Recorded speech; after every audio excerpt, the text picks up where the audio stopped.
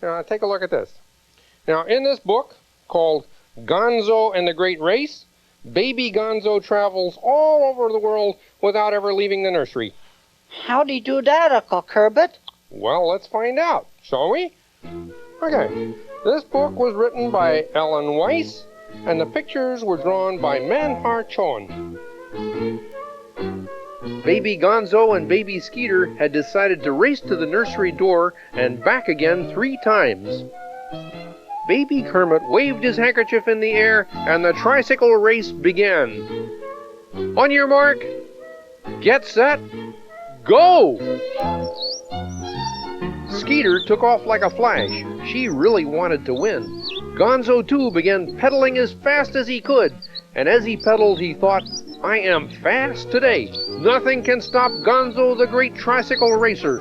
I can win this race. In fact, I can win any old race in the world. As Gonzo pedaled faster and faster, a funny thing happened. He wasn't in the nursery anymore. He was in a huge stadium filled with cheering crowds. The great around the world and up in the air race was about to begin. The official referee for the great race waved his flag. Okay, he shouted. There are 3 parts to this race. In the first, you're going to pedal around the world in your pedal-copters.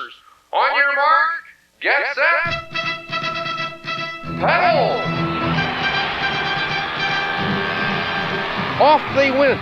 Gonzo was racing against the red-headed rocket, and she was good. But Gonzo wasn't worried about her. Away he flew, faster than a hurricane. They pedaled over great cities. Gonzo had to pedal very, very hard to get over the tall buildings. He almost got stuck on a pointy one. They pedaled over an endless ocean. Gonzo's legs were getting tired. A flying fish bonked him on the nose. This slowed him down. The red-headed rocket was way ahead. She looked like a little speck on the horizon. They crossed a high, snowy mountain range. The great Gonzo shivered as he pedaled faster and faster. He was catching up.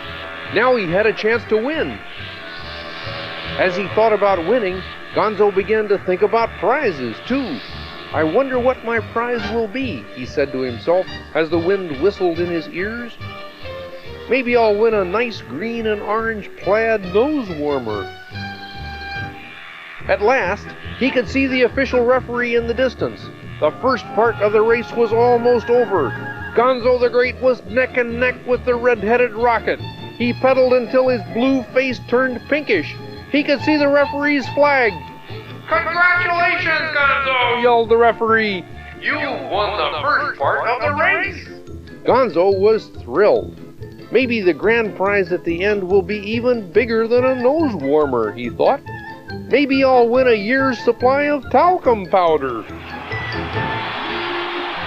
The next part of the race, announced the referee, is balloons to the moon. Ready, set, go!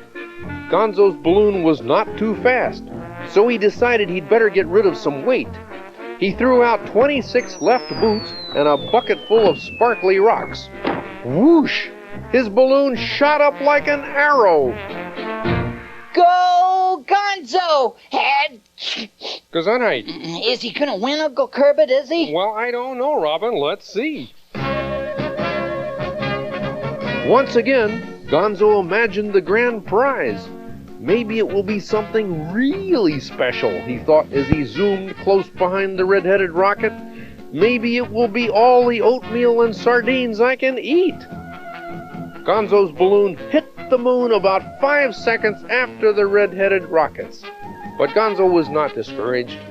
I'll beat her next time, he said to himself. Just wait.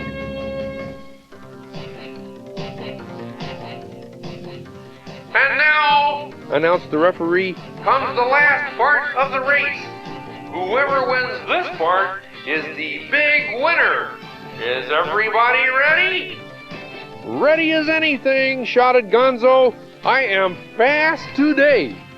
The red-headed rocket looked just as determined. Okay, said the referee. You'll be racing rocket-powered pogo sticks to the planet Pluto with stops on Mars, Jupiter, Saturn, Uranus, and Neptune. The racers balanced their pogo sticks at the starting line. "Just a second," said the referee.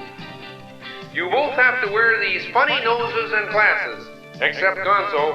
He only needs glasses." "Who made up these stupid rules?" yelled the red-headed rocket. "Talk to Gonzo. It's his imagination," the referee replied. Kermit waved his flag, and off they boinged. They bounced from meteor to meteor until they got to Mars, and then, boing, they bounced off to Jupiter. "Whoopee!" yelled Gonzo. "This is fun!"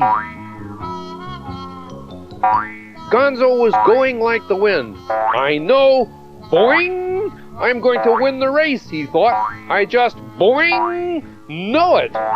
As Gonzo bounced, he thought about his prize. Maybe it's bigger than a nose warmer, or talcum powder, or oatmeal and sardines. Maybe it's a trip to Doorknob World in Beluga, New Mexico. On Neptune, Gonzo stopped for a ketchup and pickle sandwich.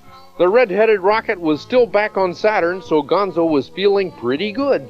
When he was done, he wiped his mouth, took a great big running start, and suddenly, things around him looked different. Wait a second. He was back in the nursery. "And Gonzo wins by a nose!" yelled Kermit. "Congratulations, Gonzo!" "Hooray for Gonzo!" cheered all the babies. Skeeter shook Gonzo's hand. "Good race," she said. Gonzo was still in a daze.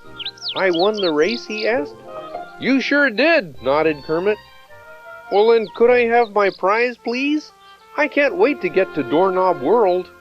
"Huh?" said Kermit. "Gonzo, there's no prize for this race. It's just for fun." "But wait a second. Where's my nose warmer and my talcum powder? Where's my oatmeal and sardines?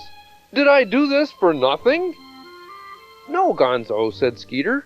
"The best prize of all is knowing you did the best you could possibly do. Now, isn't that worth a lot?" Gonzo thought about it. "Well, I did do my best," he said at last. "I had a great time, too. And now that I think about it, it wouldn't be much fun to go to Doorknob World all by myself anyway." "Gonzo," said Skeeter, "here's something you can have as a prize. It's a bag of jelly beans I've been saving." "Wow, my favorite flavor," said Gonzo, picking out a licorice one. Gonzo was very impressed by what a good sport Skeeter was. "You know," he said, offering her some jelly beans, "you did your best in the race, too. You even almost beat me. So I think we should share the prize." And that's just what they did.